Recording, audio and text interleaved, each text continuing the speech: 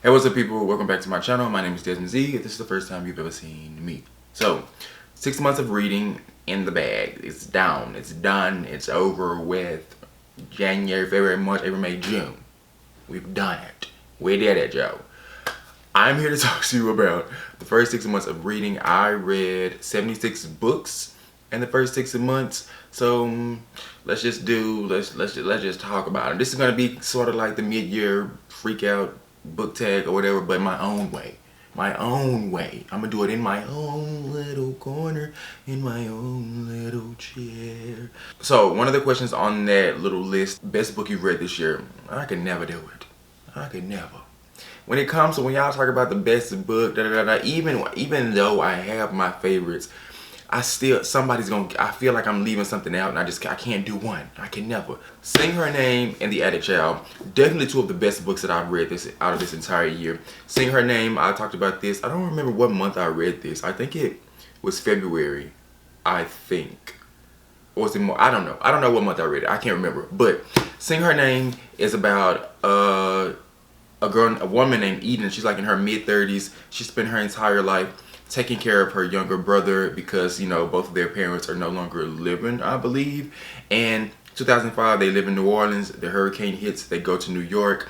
She's there working as a waitress, trying to take care of herself and her younger brother. He's in high school having trouble of his own. And it was an amazing, amazing read. This book, from beginning to end, 5 stars. I love this book so much. The Attic Child was the first book that I read this year. At the beginning of the year, I started my year off with a 5-star read. Now the rest of the year didn't end up. You know, it has not stayed the same. You know, we have not kept that trajectory in life. We've definitely dipped when it came to the reading.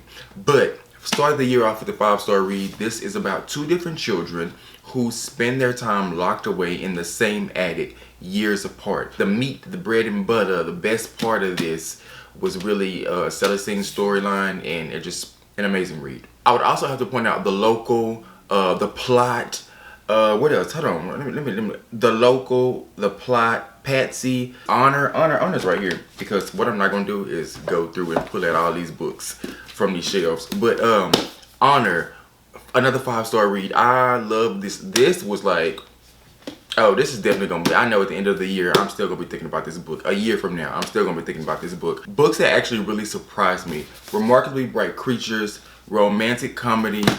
Did You Hear About Kitty Carr? The Other Side of Night. These are books that just, you know what, I'm gonna actually start out with Kitty Carr, because Kitty Carr, I was just like, I'm about to poke myself in the eye with this damn book. I saw the book, picked it up, read the synopsis, and devoured it. I'm talking about I ate it up, I chewed it. It was so good, and it surprised me because I did not expect to just be hanging on every word like I was while I was reading this. Romantic comedy, I read this in May, the same month that I read Kitty Carr, if I'm not mistaken. And this is another one that surprised me because I was hanging on every word and did not expect to. The Other Side of Night, I gave 5 stars completely. I'll put a link up here for the full review for this, because this really just surprised me, and I did not expect to like this as much as I did, because I actually DNF'd it twice, but I spun the block. I came back, because sometimes, you know, revisiting is not always a bad thing. That's why I know I will DNF in a minute. Call me the king of DNFing, because I will DNF in a minute. But sometimes, you know, it's not necessarily, it don't always stick, because I feel like, you know, maybe it just wasn't the right time, the right moment, or whatever. Who knew that a story with an octopus being at the center of it would have just been, would have did it for me, would have done it for me. That's why also, I think there's also a question on that says, which book made you happy? I'm gonna say Remarkably Bright Creatures. I'm like, this book, it made me smile. Why do I feel like I'm talking, I feel like I'm stuffy. Me. This book just made me happy. It made me happy. It did remind me of like Frederick Bachman. I think it actually, I don't think it's on here, but I think like in the marketing of the book, they like compared it to Frederick Bachman's writing.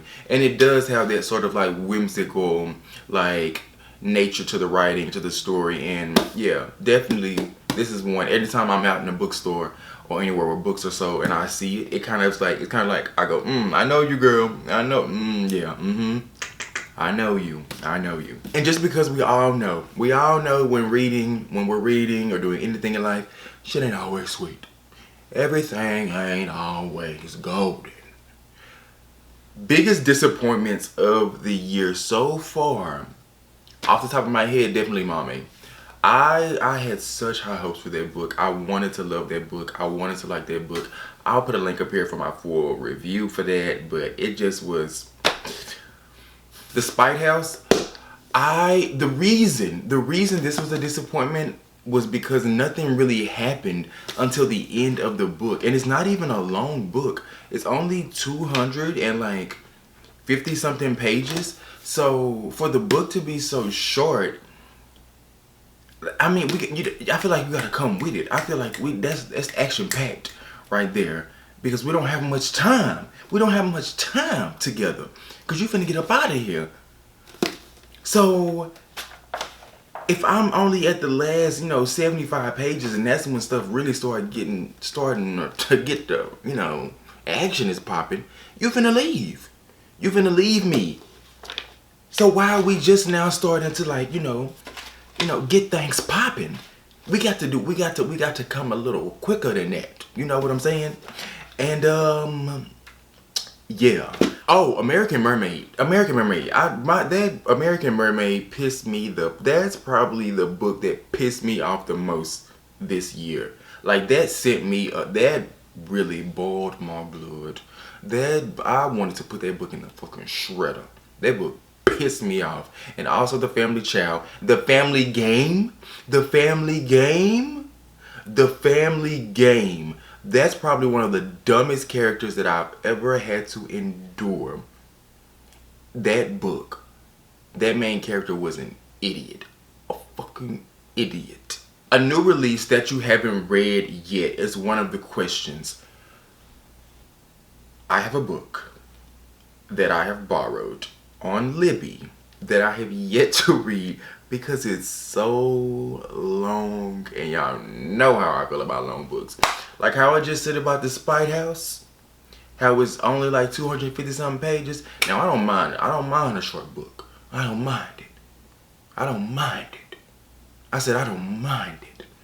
Because once we get to like 350 pages, I start itching. I start scratching. And I'm ready to go. It's time to wrap it up. Once we get to 350, 400 pages, get me out of here. What else do we got to talk about? Because I don't understand. I mean, the story has to be immaculate for you to keep me around that long. Because at this point, you dragging it. You dragging it, bro. Like, shut your ass up. You dragging it. Put the pen down. The Covenant of Water. I borrowed the audiobook from Libby. It's 31 hours. Why do you feel as a person you have the right to take up over a day of my time? That's why I have yet to read the book, but that's not what I came here to say. I came here to tell y'all that my library had like 80 or 90 copies of that book for the longest. Like, for the longest time, it had like 80, 90 copies. And so I kept reborrowing. I kept renewing my loan, like, because when nobody else reading it, when nobody else borrowing it. Because it had like 80, 90 copies, and it was only like 2 or 3 of them being used, me being one of the 2 or 3. So every time it came time to renew, I renewed it again. It's like, your hold is about to lapse. Okay, I'm finna refresh that motherfucker, and I'm gonna borrow it again. So now it's almost time for me to return it again, and we only have one copy.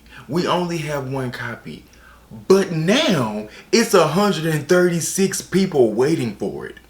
Where was y'all at when it was 80, 90 copies? So now, and nobody wanted it. Nobody was here. Nobody. So now I got all you bitches want to come out the woodworks and want to read the book when I actually now I'm in the mind frame to sit down and read it.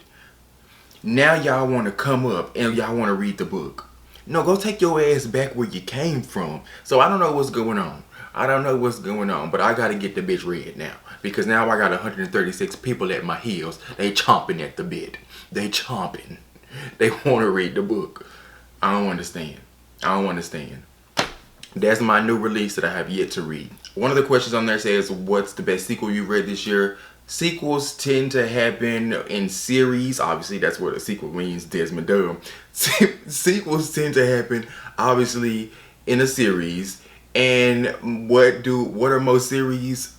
Fantasy, like sci-fi type of books. And I've said before how I don't really read those. So I've replaced that question with what did I read that was outside of my norm? And It's the City We Became is, that was this year, right? Was that this year? When did I read this? That was definitely this year. It definitely was this year. And so this is one of the books that I read that was outside of my norm, because that's the question I'm using to replace best sequel. And I said I would not judge this book too harshly, so I don't think I actually gave it a rating because I knew going into it this was not my forte. This was not my cup of tea. So I am glad that I stepped out and actually gave it a try. Favorite new author, that would anyone that I listed as my favorite. Lola J, who wrote The Attic Child. What was her name? Who wrote Rosalind Story? Who wrote Sing Her Name? Ooh, you know what? Hold on. The Fisherman, the author who wrote this. After I finished this book, my takeaway was that we really are our own worst enemy at times, and we can be the cause of our downfall because someone can say something to us, someone can do something to us, and it has such an effect on us when we should try our best to work through it or ignore it and get over it. But we kind of become our own detriment. We take that, internalize it, and just really just let it just rot in our brains. So yeah, that was my takeaway. I hope I articulated that in a good way, but that was my takeaway when I read this book, and it has left a lasting impression on me. So I would definitely be revisiting his writing among other people that I've listed so far. But just for the sake of answering this question, I would definitely be revisiting this author and checking out some of his other work. Books that made you cry. Once again, I'm gonna say The Attic Child and Sing Her Name. I don't think I actually physically cried, but ain't nothing wrong with a little emotion. Ain't nothing wrong with getting emotional.